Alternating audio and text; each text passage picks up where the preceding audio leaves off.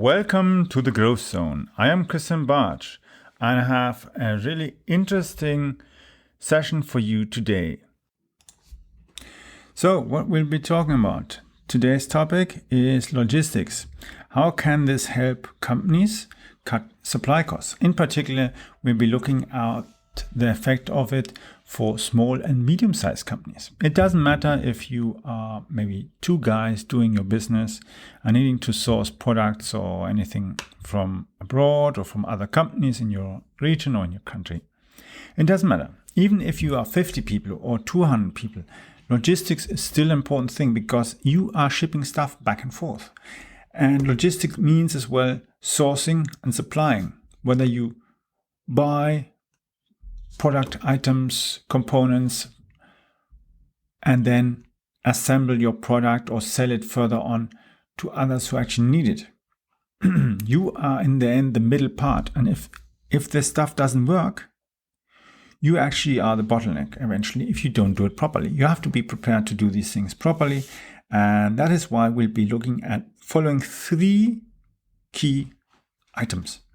That is, first, why is it important to have a well-organized logistics, even as a small company? Then we'll have a look at a case study based on sourcing and shipping of products like medical masks or rework stations, and even solutions, hardware equipment, or anything that's based. And we'll be looking as well how that needs as well to reflect in our marketing and in our sales proposition. So it's not just only about logistics, it is about everything that is somehow connected with logistics. Sales, marketing, organization things, even your legal items might be something that you have to take into consideration. You maybe need licenses to import the stuff and even sell it locally. You can get into trouble if you are selling something really special and you haven't got the licenses for that. That can be a huge problem. So that's what we will be looking at and trying to find out how this whole information can actually help us to cut costs and be even more successful in what we're doing, because our clients will be happier and our suppliers will cause less issues for us. And as well, the whole logistical chain will be really well oiled instead of cracking all the time and creating havoc in our business activities. So let's have a look at how logistics can help us, especially if we are even a small or medium-sized company. How can it really help us improve our business performance, cut costs, and as well help even our sales team to sell more, help our marketing team to have a better proposition and be even more attractive than larger competition, that larger competitors who are actually having an organization that maybe even is 10 times the size of yours, who maybe have even huge budgets and can afford to waste money as they like. So let's look at the first topic, and that's: why is it important to have a well-organized logistics, even as a small company? So, small company, you can be 2 guys doing a business, and you can even be a team of 200 people. It doesn't matter. The key thing, your logistics has to work together with your sales, with your marketing, with your human resources, even with your business leadership. Yes, it all has to work together and has all to be making sense, because let's say your sales team is making crazy suggestions to your clients, making statements that are absolutely impossible to meet. Let's say they're saying, yes, we will supply these masks that we're trying to sell, and we'll supply them within 2 days. Well, your warehouse is empty. It takes at least 2 days to get it shipped. Let's say you buy the mask in South Africa. It takes at least 2 days to get the stuff over, because the plane has to pick it up, has to fly over. So already overnight you have the thing, and then it has to go through customs. You need at least 2 days. Okay, but what if they haven't got it in stock? Or you maybe have to even pre-order at least 5 days. Why did they make this stupid suggestion to the client that they can supply it in 2 days? It's not possible. Even if you've got the best logistics, it is not possible. Because if they had checked up with you, they would have found out that you haven't got anything on stock and it'll take at least 7 days to get the stuff. Because you have to pre-order 5 days ahead, plus you have 2 days of delivery into the country. You're going to get burned. The same thing would be as if the marketing department would be writing something into the documents, and then the sales team copies this, tells it to the client, and the whole shipping stuff doesn't meet because maybe the product is totally different to what you are able to source. You as a logistics, you are in communication often with your suppliers. You might have a colleague that does purchasing, who maybe does the first connection and builds relationship with the suppliers and negotiates all the different terms and that. But then on a regular basis, you are the guy who has to get this how working. Maybe you've been just placed into your organization and you are supposed to do logistics. And you start thinking, oh, this is a whole mess and everything is just done ad hoc. So start writing like cheat sheets, write checklists and so on, so you don't forget anything. As an example, let's say you have to order so and so many days ahead. You have to get the licenses for this product. You have to check the certificates. Is the stuff really good? Is it the right color? Maybe certain clients need a certain color. Check if you've got the right color on the order placement. The client wants to have pink masks and you're ordering blue masks. He won't be happy. He's telling you are colorblind or an idiot. And most of the cases, you'll be an idiot in the eyes of the client. And that's definitely not what you want. So you have to somehow be properly organized. You have to talk as well with your colleagues in the other departments. And even if you are 2 guys doing this business, one of you maybe is doing all the sales, the negotiation and so on, and you're maybe trying to source the stuff properly, get the stuff shipped out as well to your clients, and you're fretting around because this thing, he's selling more than he actually can supply, or maybe at prices that are producing costs higher than the profits. Ooh, you're going to get a problem. So you have to be aware of what are your sourcing costs. What about custom fees? Yeah, tariffs and so on. That's all hitting in your thing. It's not that just you pay the $5 or $8 or $10 for whatever you're shipping or whatever, and then that's it. You'll pay customs fees. You'll have tariffs to pay. You have maybe to pay VAT, sales tax, value-added tax, whatever it would be. And yeah, you've got to ship from maybe the airport to your warehouse. You have to pay that as well. So you have to do all these things in consideration. And as I said, that's why it's so important to have these checklists so that you don't forget something. Let's say you're sourcing from another supplier and you forget to check whether they've got the proper certificates, and you get like 5 containers of stock that is useless. It's garbage. Might be sold in some other country for that kind of garbage, but it's not going to be accepted in your country because it's absolutely not up to the regulations that are standard where you are trying to sell this stuff. So it's so important. And at the same time, you actually then become aware what are the opportunities to cut costs. Let's say you maybe notice, okay, well, we anyway order this and this amount, and we anyway need stock. Maybe we order a little bit more, and that's already giving us some reserve, but we're not stretching ourselves by our budgets, and the risk of us actually not getting rid of that extra little stock, it's not that bad. It's not going to kill us. But it gives us some extra space maybe to sell some extra thing, or maybe add some extra service to a client, and that to secure the deal and so on, or have even a show on that. That's all possible. So yeah, looking at this, and this is we're just practically jumping into the case study. It's about how can we source that. You have to maybe even have a system, and that's advisable, where you've got all your different suppliers, whether it's an Excel sheet or a special software. You have an overview of what they're offering, the specifications. Even if you are outsourcing the printing of your company magazine, you'll run into plenty of problems because everybody offers it differently. Even though you send to everybody, let's say in Alibaba, you send everybody the same standard quotation and say, I want to have these and these specifications. There are plenty of those who changed the specifications in their offers.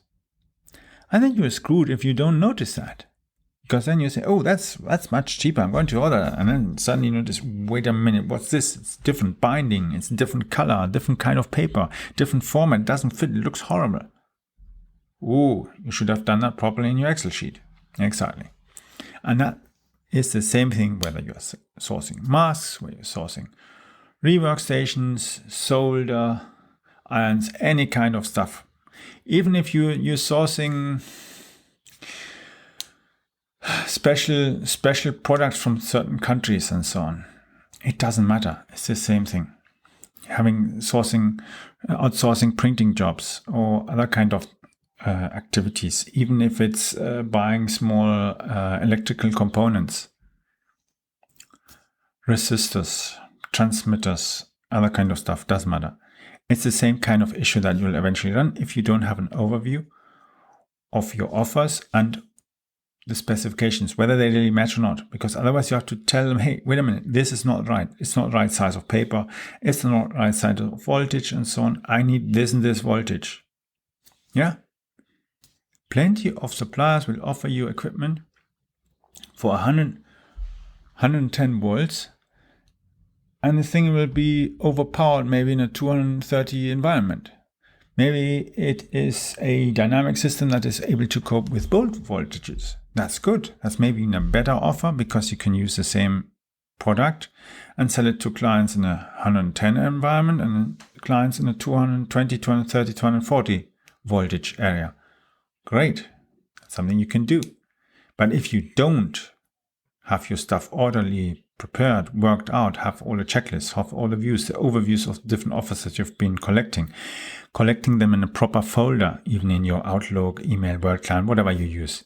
If you have just everything in one inbox and it's just not only sorted and you need to find something, you're going to forget something, you're going to overlook an important thing, and you'll get screwed. And it'll cost you a lot of money and, of course, pain. So, yeah. As I said, just as an example, shipping masks. You can ship masks at different kinds of prices, and the standards are so different. Many people are talking now about the N95, the KN95, the FFP2, and so on. All different kinds of standards. Yes. And then they say it's all the same. It's just different, more or less similar specifications. Okay. You might learn new stuff, but you have to validate it. You never know if the source of information is actually telling you really. Is really KN95 the same as N95 and as the French standard of FFP2? Is that really the same? And what's the difference to the M3 products that we're seeing, what the Americans are actually trying to keep from themselves? What somehow is the difference? I see people around walking around with this kind of very highly proficient, highly technical masks and so on. Next thing might be even gas masks. I don't know if they even work. I don't know.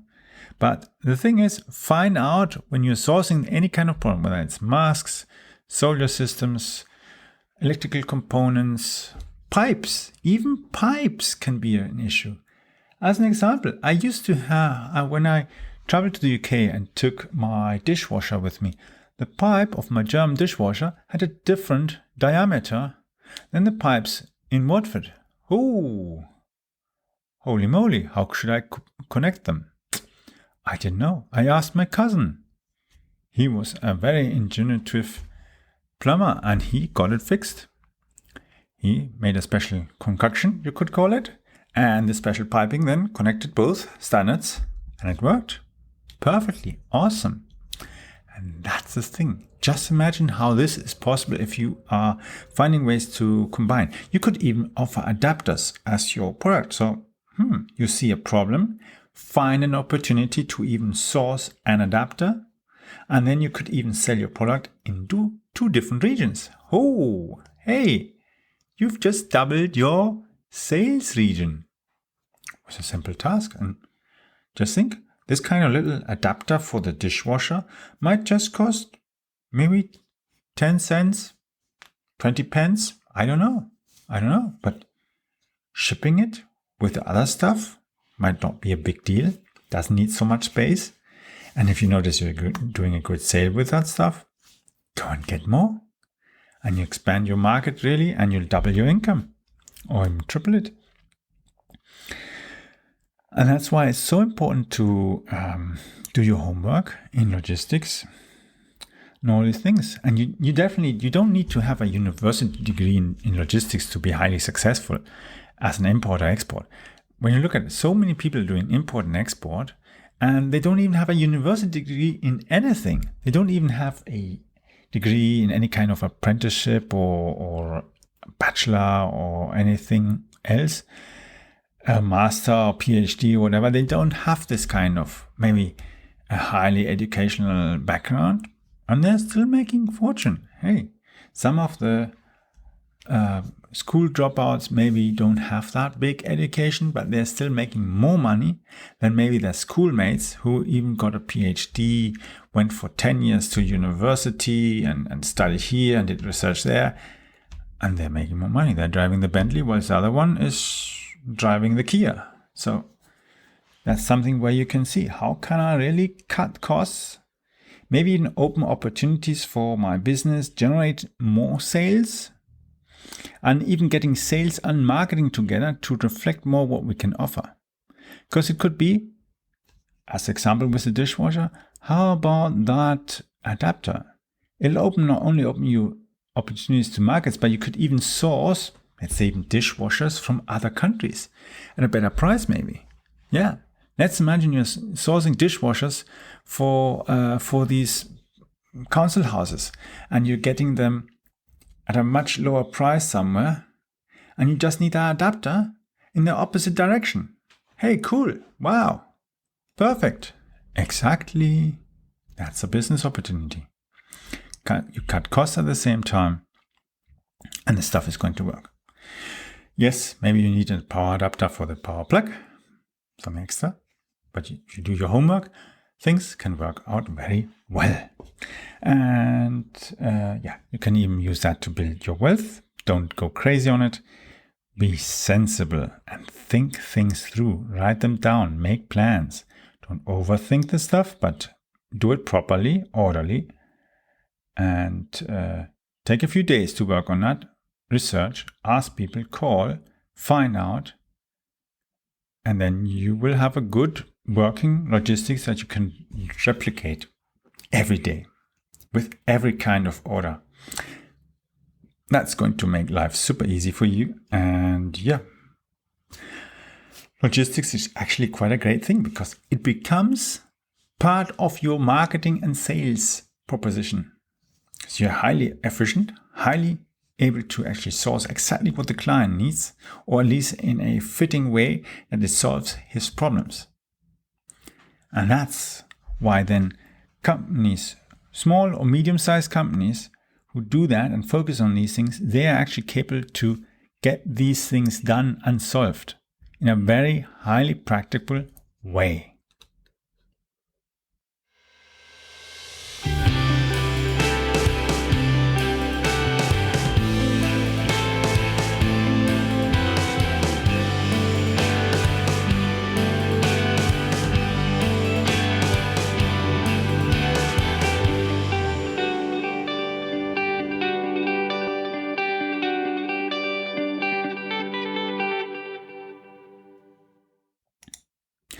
So I hope you found this really interesting, what we've been talking about today. So what's coming up next? We're going to look out into topics that, yes, they have to do a bit with logistics, but they have to do a lot as well with marketing, especially as well how we propose services and products in our regions that are not actually coming from the main production hub of the world. I mean China. So does actually everything have to always come from China? Does it always have to be made in China? No, there are plenty of countries around the world that produce as well. Garments, electrical components, toys, car parts, rugs, everything. There are plenty of companies around the world. You can source from countries like Turkey, from Sweden, from the UK, from Texas, from Ontario, from Canada, anywhere in the US. Yes, you can source it. You don't have to buy everything from China.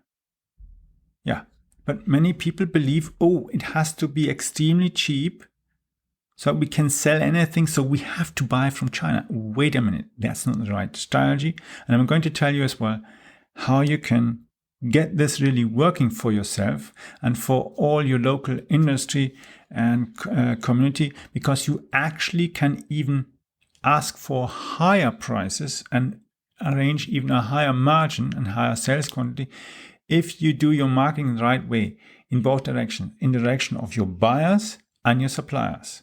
And then your sales team will get more deals closed because the general attitude of people has changed. It's not that everybody's just having to move into home office, or some people are losing their income, people are losing their jobs, businesses are even suffering from low turnover because their companies actually not buying or their suppliers are actually not working.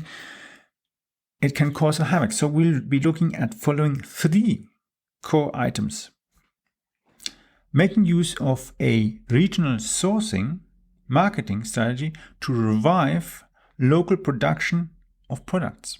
Yes, imagine some companies used to make their biscuits in Scotland, in England, in Sweden, in France, in Germany. And what are they doing now? Even this kind of stuff. There are even large bakeries who are shipping every night by air freight their bread rolls to the different countries of the European Union. It's crazy.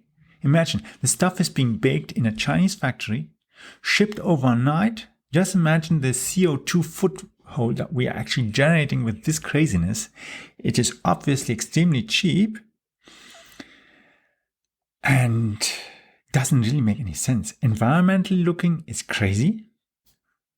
And it's just making us as well very dependent on an environment that at the moment is suffering of a massive issue. So, topic number 2 will be advantages and disadvantages of sourcing or producing in China versus my own continent, my own country, my own region. Yeah. So even if you're based in Texas, you can still buy your stuff from somebody in Ontario or from somebody in, let's say, in Florida or somebody in Utah. It doesn't matter. You can still even buy from somebody in Germany, United Kingdom, Ireland, Sweden. Doesn't matter. You have a certain kind of standards there, even the same thing, and you have at least a chance that the stuff is being produced by the standards that we all in the Western world expect, and treating people accordingly. But the thing is, what about China? Yeah, China is a huge manufacturer. China has become the largest manufacturer in the world for any kind of products, whether it's car components, whether it's garments, textile, other kind of textile products, toys, anything that has to do with computers, with gaming, network cables, all sorts of stuff. Order a cordless mouse and it comes from China. Go and try it on big online stores and order some shoes. This stuff is produced in China, or you have lots of resellers who are based in China and not going to give you even a proper tax invoice. And you'll get issues when you then afterwards have to do your accounting because you don't get a proper tax invoice. You have maybe issues at customs because the stuff comes in and it's not even properly declared. there are no custom codes, no HS codes, and so on and so on. It's just a nightmare. Or they just ship it the way they feel like it and don't ask you. They don't even tell you, and you have to even pay storage fees to companies like Lufthansa, British Airways, Air Canada, United, FedEx, whatever, it doesn't matter. Because they didn't even tell you that they shipped it with that way. And by the time you find out, you're already going nuts because your products are not there, you are late in delivery, and you are fed up. So, let's look at point number 3, what we'll be looking at. So, how can you make your clients aware that it is better for them to source locally? So, they will become aware, well, if I pay maybe 10 cents more, the stuff is going to be produced in Scotland, or it's maybe going to be produced in Cornwall, or in Texas, or in Utah, instead of being produced in Wuhan, or in Shanghai, or wherever. And it doesn't matter. Maybe you want, because it is your company policy, you want to have it locally produced. It's the same thing. Why should you ship bread rolls from China over to the US or to Europe every night? Somehow makes no sense. Maybe they even do it maybe once a week, but it doesn't matter. It's still a craziness. Just imagine how much air freight needs to ship for something that actually could be locally produced. And maybe when it's being sold at the shops, it'll be better.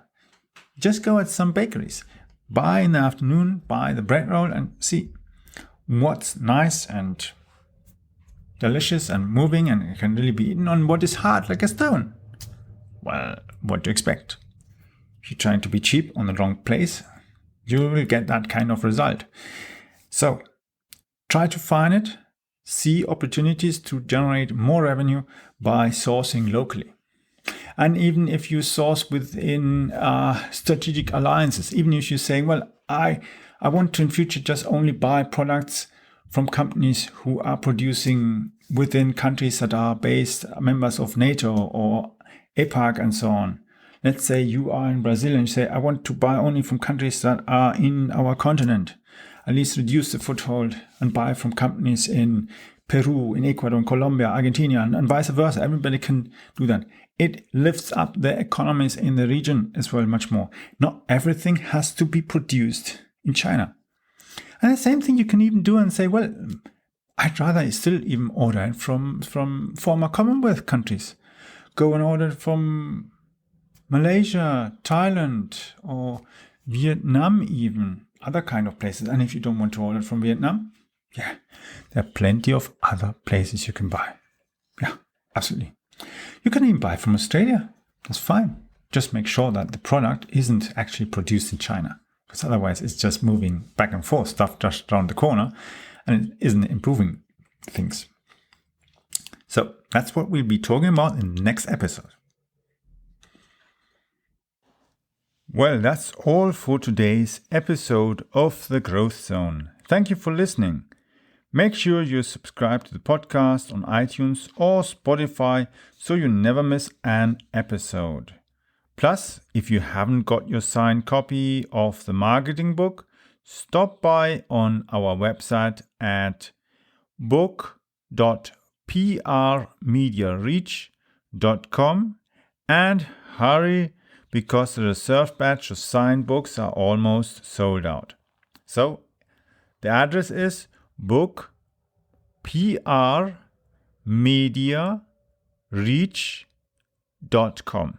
I'll repeat, book.prmediareach.com.